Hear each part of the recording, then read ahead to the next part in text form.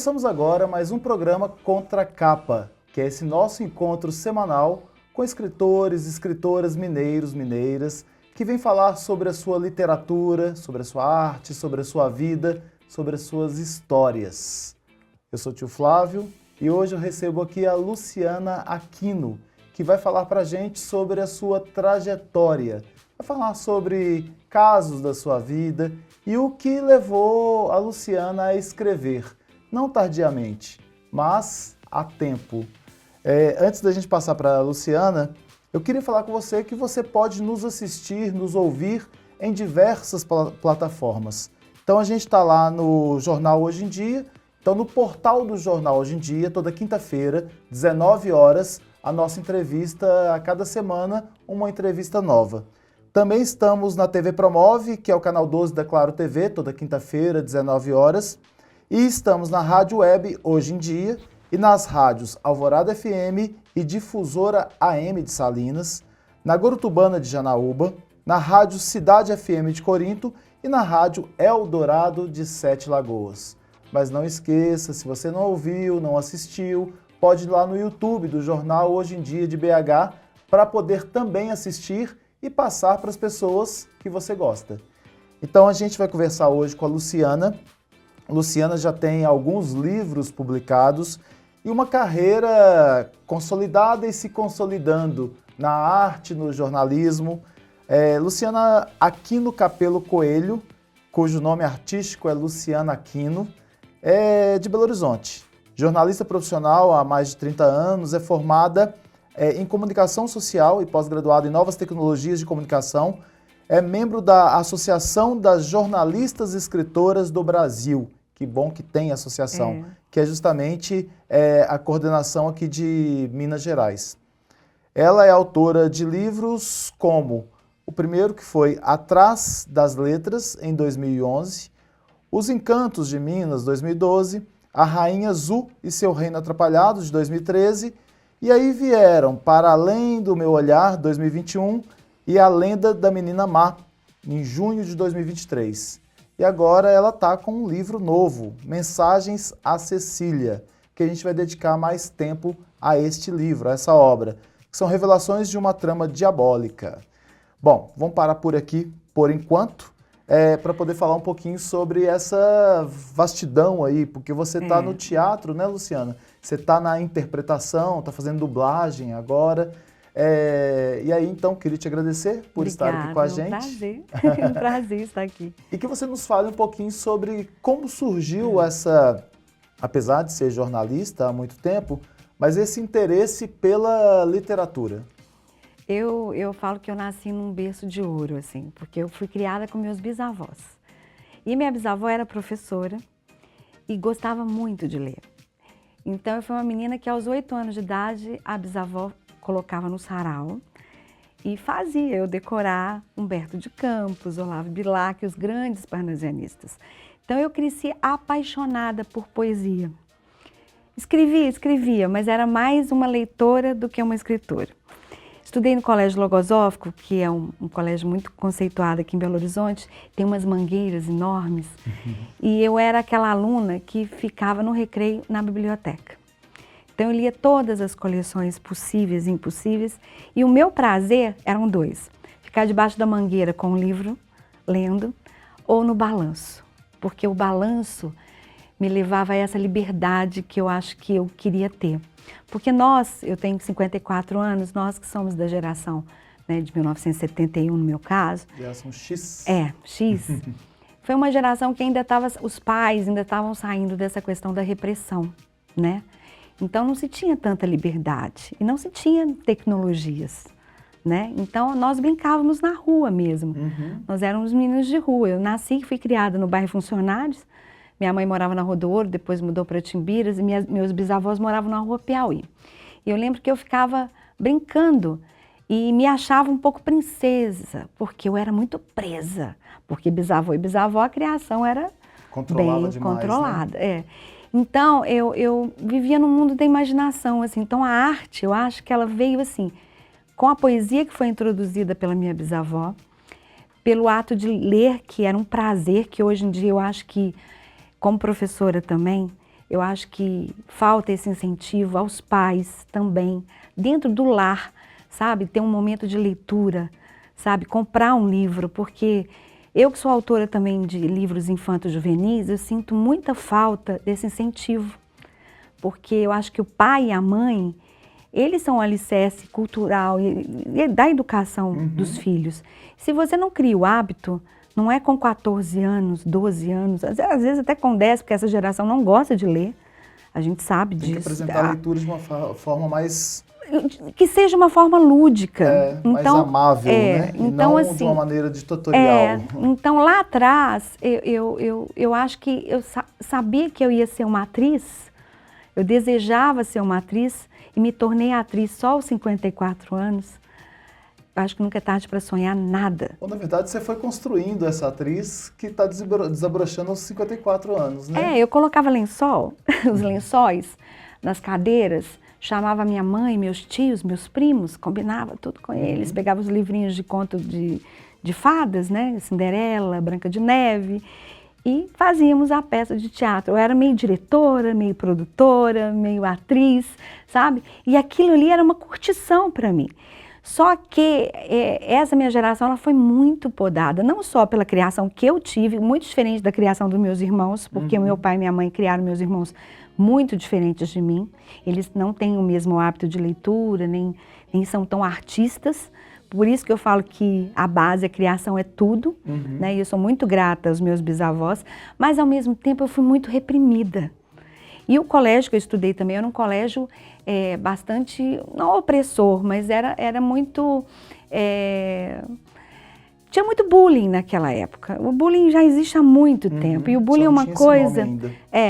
Quando eu escrevi A Lenda da Menina Má, que a gente vai falar rapidamente, A Lenda da Menina Má conta a história de uma menina que se tornou má. Ela não nasceu má, a gente não nasce mal. Por mais que às vezes a biologia possa falar que um psicopata, ele tem um gene, mas a influência do meio, os julgamentos, o poder da palavra, traz a maldade para a vida das pessoas. E traz uma coisa que eu acho que os jovens hoje estão perdendo, que é a autoestima, é se amar. Sabe? Até se empoderar, conhecer, né? se conhecer, sabe? Porque o jovem, às vezes, ele se rotula num padrão que foi criado agora com as novas tecnologias, com as redes sociais, que não existe, sabe? A beleza não é padronizada, a inteligência não é padronizada. Então, se você julga a pessoa porque ela tem um nariz grande, ela é gorda, ela é magra, sabe? Dentro daquele padrão que é imposto, aquele ser que está sendo agredido, porque a palavra fere e mata. Quantos jovens a gente vê aí sendo suicidando, né? Se matando, perdendo o gosto pela vida ou entrando num processo de depressão que os pais não conseguem controlar isso. Então, eu sou um tipo de pessoa que eu incentivo a leitura e eu alfabetizo também crianças, e às vezes alfabetizo crianças que têm algum problema, né, ou que os pais às vezes têm alguma dificuldade.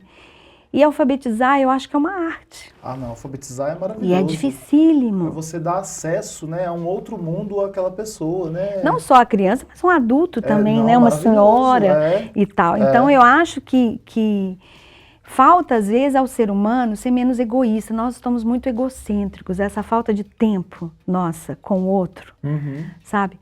Ontem, eu estive na Biblioteca Pública Estadual fazendo um painel sobre misoginia, silenciamento feminino e feminicídio, que é um tema tão atual. É um tema que a gente tem que tocar, não só falar do número de casos de mulheres mortas, o que a gente vê sendo publicizado muito na televisão pelo jornalismo e banalizado, mas ver lá atrás, não falo nem séculos, são milhares de anos em que a mulher foi silenciada, a mulher foi um ser invisível.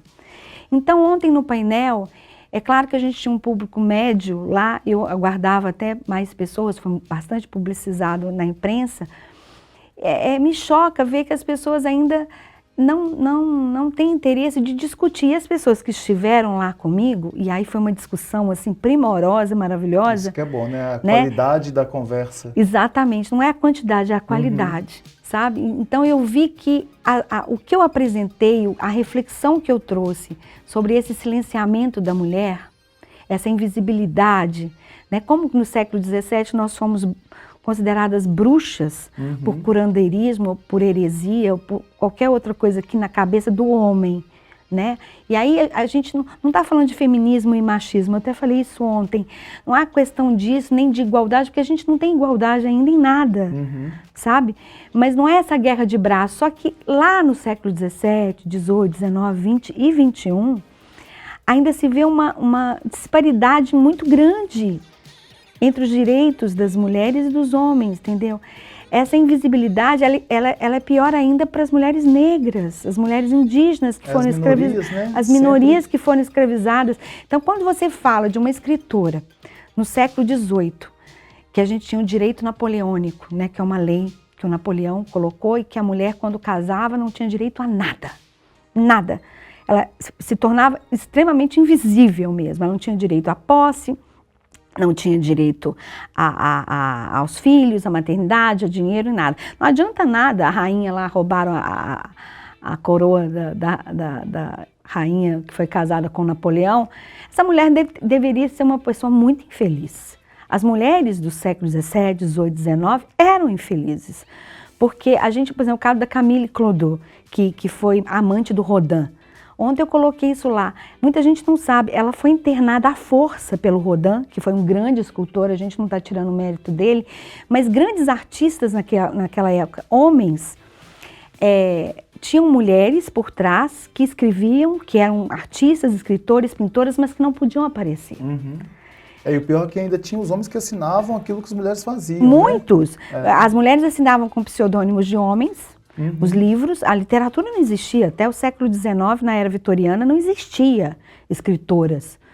Elas escreviam e, às vezes, os irmãos, que tem um caso de uma escritora, os irmãos, depois da morte da escritora, falavam, não, foi ela que escreveu. E é isso aí que ia saber, que vem dessa origem. Mas o caso do Rodin me chocou muito, porque a Camille, ela foi uma grande escultora. Dizem que algumas peças do Rodin foi ela que esculpiu. E ela, por histeria, porque naquela época é o seguinte, era o jaleco, que era os hospícios, as mulheres eram levadas para os hospícios, e no meu livro eu cito um hospício que é em Volterra, no norte da Itália, e eu estudei para fazer esse meu último romance, que fala sobre esses assuntos todos, feminicídio, silenciamento feminino e a misoginia, no século XIX, na era vitoriana. Esse está nesse seu último livro? Esse no Mensagens da Cecília. Mensagens da Cecília.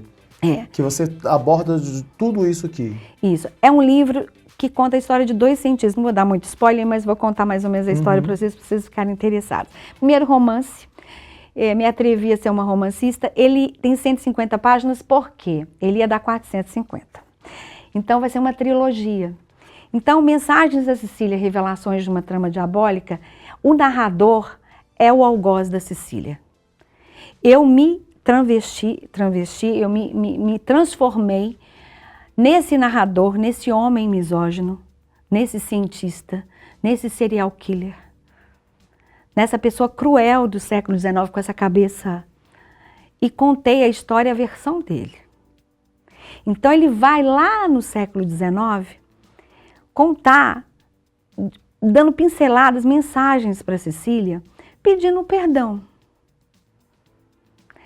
Mas nem tudo que ele conta é a versão dele, é a versão masculina, misógina, né? Então vai vir um segundo livro, que é a versão da Cecília.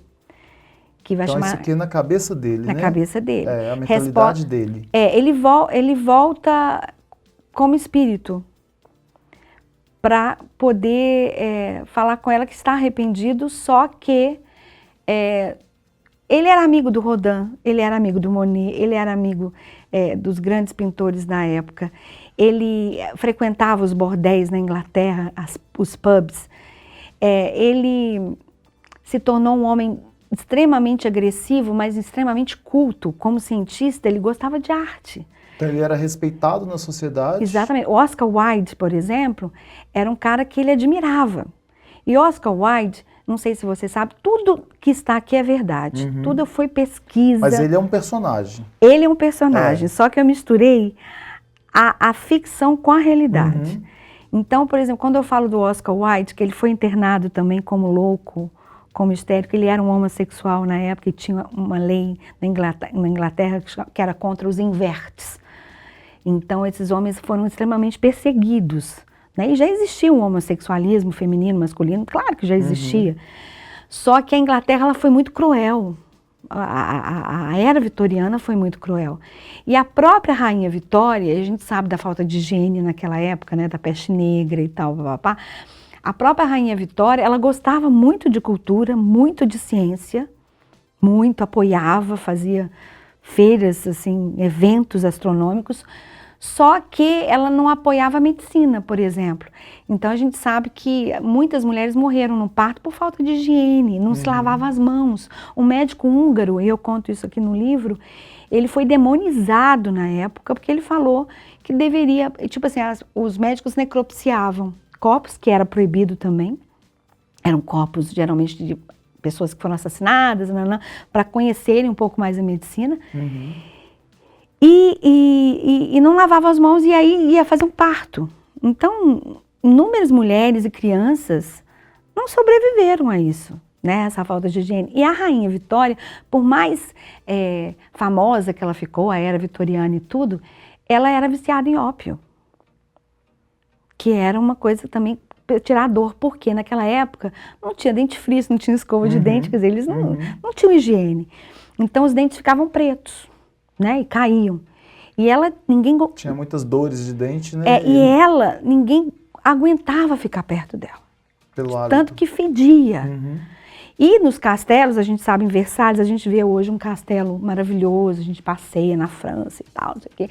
Aquele castelo ali, pelo amor de Deus, morar naquela época devia ser um suplício, entendeu? O pessoal fazia as necessidades, jogava pela janela, entendeu? A água, a mulher e os filhos, as crianças, eram os últimos a tomar banho com a mesma água. Aquela água encebada que o rei tomava, sabe? Então, assim, são muitas coisas que aconteciam nessa época. Então eu trouxe muito a realidade da mulher nessa época, né? A mulher que, ela era cientista, a mulher que foi calada, foi silenciada, né? A mulher que resolveu trabalhar, aí no caso ela vai para a França, né? E na França nessa época, eu tinha acabado de chegar à Torre Eiffel, né? A gente está falando de 1867, mais ou menos nessa época, e a Torre Eiffel foi considerada um monstro, um monstro de ferro. Mas ainda é pra gente, né, quando a gente fala assim. Não é, assim, foi muito discrepante. E foi muito, então eles não aceitaram a Torre Eiffel de jeito nenhum, porque eles tinham a Catedral de Notre Dame, eles tinham, né, cada palácio mais lindo, cada prédio mais bonito que o outro, né, e de repente chega um monstro de ferro. E eu vou trabalhando a cultura, a história, sabe? E com assuntos tão difíceis, né? Por exemplo, quando eu falo da literatura, eu comparo esse cientista a vários personagens que foram criados em livros nessa época.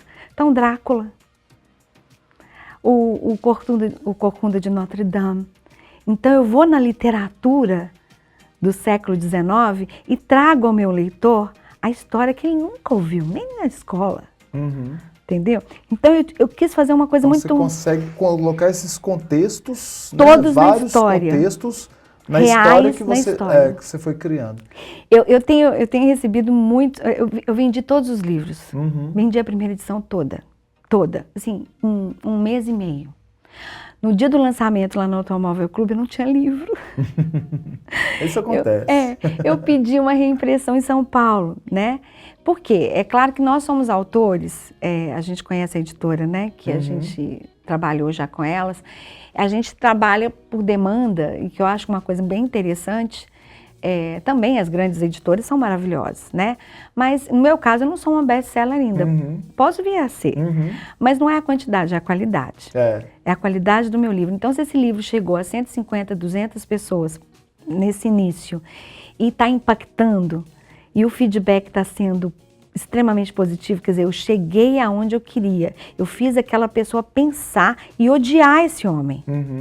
Mas não odiar com a questão do feminismo, do machismo, odiar a situação, porque ontem, na hora que eu fui apresentar século XVII, XVIII, XIX, XX, XXI, quando eu perguntava do movimento sufragista, vocês sabem o que é? Muita gente às vezes não sabia. que foi aquela corrida, aquele movimento louco das mulheres em prol ao voto, né? Elas queriam participar, ser cidadãs, coisas que elas não foram até o começo do século XXI. E que mesmo com direitos garantidos ainda são, né, direitos ameaçados. Não, e sabe o que eu acho que eu ouvi ontem de um telespectador lá no teatro, que eu fiquei bem impactada, de uma mulher falando isso, que não é só a mulher que tem que vir aqui falar de misoginia, feminicídio, silenciamento das mulheres e implorar para ser ouvida. Os homens deveriam levar essa pauta também, sabe?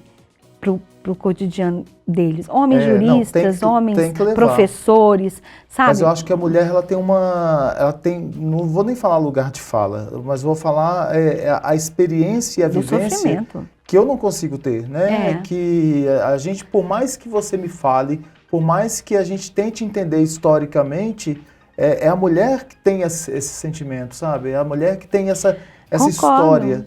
Acho que nós todos temos que conhecer para poder aplicar naqueles lugares que a gente está, né? E a minha proposta, agora sendo atriz profissional com DRT, né?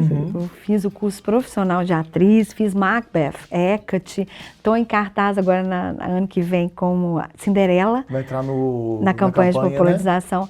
Eu estou como a rainha, mãe do príncipe, querendo casar ele logo, porque ele está encalhado. Aí a comédia, meu lado mais divertido. É infantil? E a gente vai estar apresentando agora em novembro 2 espetáculos. E em janeiro já parece que é no Colégio de Santo Agostinho, que vai ser mas vai estar, né? São vários. Infantil é uma coisa que eu fiquei apaixonada, né? Porque é uma outra vibe, é um pouco parecida com os meus livros, né? Engraçado que eu gosto dessa coisa do conto fantástico, não sei porquê. Eu acho que eu já devo ter nascido na realeza ou devo ter sofrido na mão da realeza. Porque A Rainha Azul e Seu Reino Atrapalhado é um livro que fala... não, essa é a Lenda do Menino da Mar. Esse, gente, A Rainha Azul eu não trouxe porque esgotou também. Porque é um livro que foi, assim, muito legal. As escolas trabalharam com ele. Que legal. Que é um livro que fala sobre a higiene, sobre a peste negra. E foi o primeiro livro infantil que eu escrevi, porque o Bernardo, meu filho, que hoje tem 22 anos, ele me pediu para escrever um livro para ele. Então ele é o príncipe da história. Eu caricaturei, ele pediu para caricaturar, igualzinho o meu filho. É ele pequenininho, com 8 anos, o príncipe da história no livro. Então eu conto contos às avessas. É uma família real, onde as princesas são porcas, o príncipe vira sapo e não vai desvirar, vai morrer sapo mesmo, entendeu? A rainha não tem controle, nem em casa, nem com o rei, abandona o rei, coitado, o rei tá lá só, né? E como muitos homens às vezes se encontram, porque aí a gente tem que olhar os dois lados, a gente sabe que no convívio familiar, nem todos os casais vivem bem, né? Então essa violência doméstica, ela começa em casa, né? É uma palavra, é um palavrão, né? É um tapa, é um empurrão, é uma agressão, é a morte. E as crianças de hoje, principalmente as crianças que às vezes vêm de uma estrutura, né? E uma qualidade de vida que não tem um sustento, né? Os pais às vezes não tiveram a instrução, a educação e às vezes a própria vivência ali, às vezes no dia a dia, difícil, sem comida, sem brinquedos, sem oportunidade, essas crianças elas vão ser o reflexo dos pais delas, né? É o que a gente vê, né? Não adianta nada você tentar ir numa escola, igual eu já participei de algumas escolas públicas, de eventos que a gente fala assim, quem sabe o que é violência doméstica? Os meninos todos levantam a mão, já presenciaram uma violência. Então, quando não foram vítimas, né? Exatamente. Então, esse livro da Rainha Azul desureta, porque ela fica louca.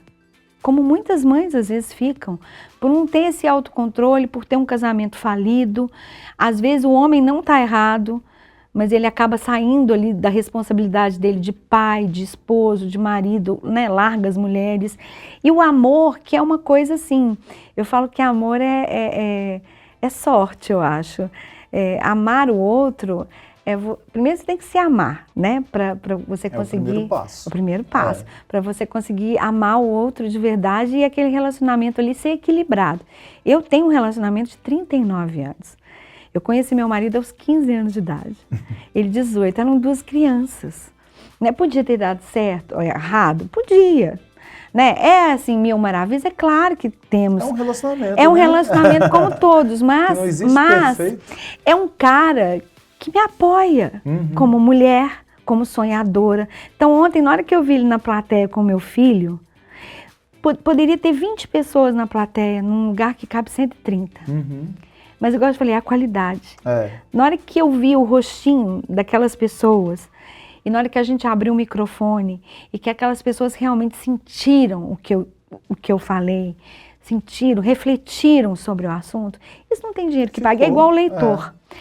Esse livro, A Mensagem da Cecília, eu tenho recebido feedbacks assim, uau, tá parecendo filme de Netflix, tal série, não sei o quê, tipo assim, é instigante.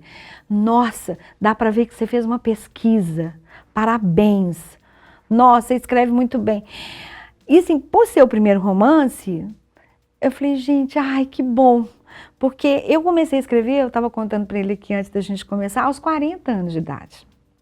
Aos 40 anos, nunca é tarde. Não, pra de nada. forma alguma. A gente tem Então, aquelas aí. poesias que eu escrevia quando eu tinha 14, 15 anos, e eram poesias muito fortes. A escola onde eu estudei, aí foi o 2º grau, a professora de português chamou o meu pai e a minha mãe.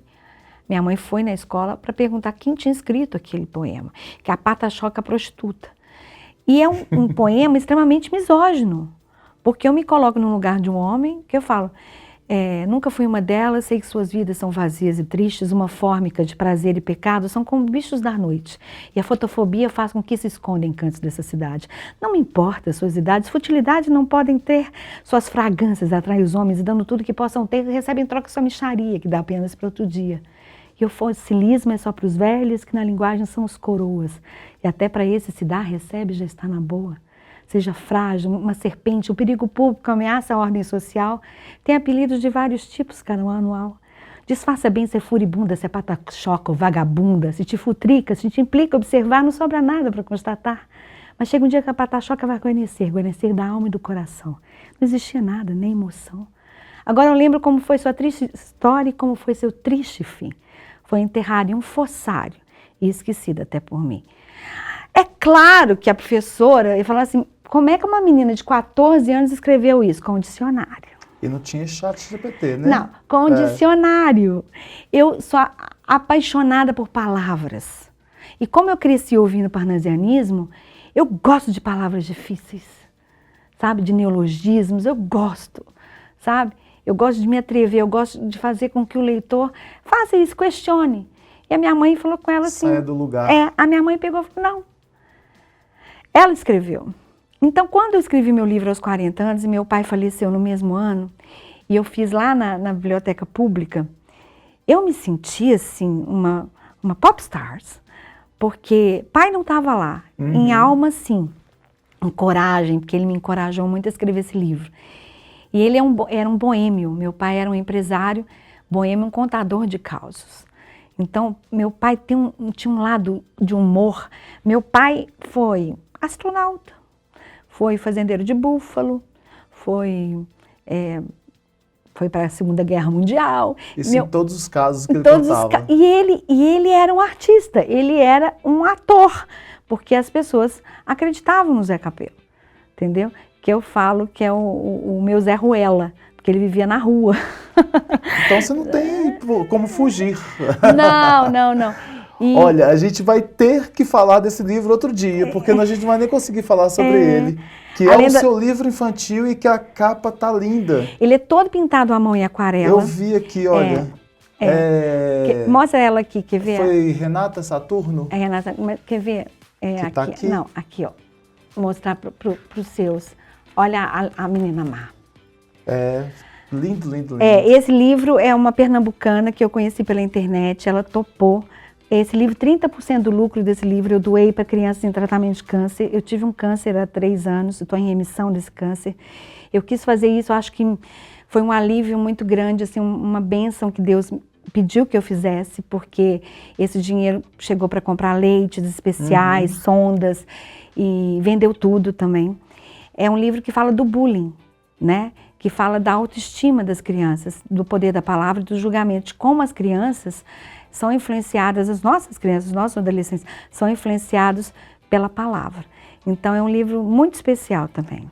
Luciana, olha, é muita história, né? É. A gente que é jornalista vive muitas histórias e retrata essas histórias naquilo que a gente escreve, naquilo que a gente produz. Mas são histórias que merecem ser exploradas. Vou deixar aqui, né, as duas referências que ela falou. O Cilan vai colocar também aí para as pessoas saberem. Já está na Amazon. Pois é, e para poder Kindle. falar com você, como é que as pessoas podem fazer? Vocês podem me achar no Instagram, né? É @escritora_Luciana Aquino, @jornalista Luciana Aquino. Já fui hackeada no escritora Luciana Aquino, então tem que colocar um underline, viu, gente? Escritora Luciana Aquino. Ou no meu WhatsApp, eu sou uma pessoa que atendo o WhatsApp, faço as vendas dos livros também no WhatsApp, 31 999 78 27 49. Fala de novo, 31 999 78 27 49. Hoje eu vivo da venda dos livros, faço palestras, faço meus monólogos sobre misoginia, feminicídio e silenciamento, que pretendo levar para as escolas isso. Eu acho que é um assunto que a gente tem que trabalhar com os pais, professores e adolescentes, né? É um público que eu acho que necessita saber um pouco mais da história do silenciamento feminino. É um projeto que eu estou pretendendo fazer. E estou como atriz, em janeiro, estou lá na Cinderela, no Experiência Cinder, como a mãe do príncipe de 27 anos que não casa nem a pau. Essa é a história de Luciana Aquino. Gente, agradecemos a participação da Luciana, ficamos por aqui porque na semana que vem a gente tem outro episódio. Então, até mais.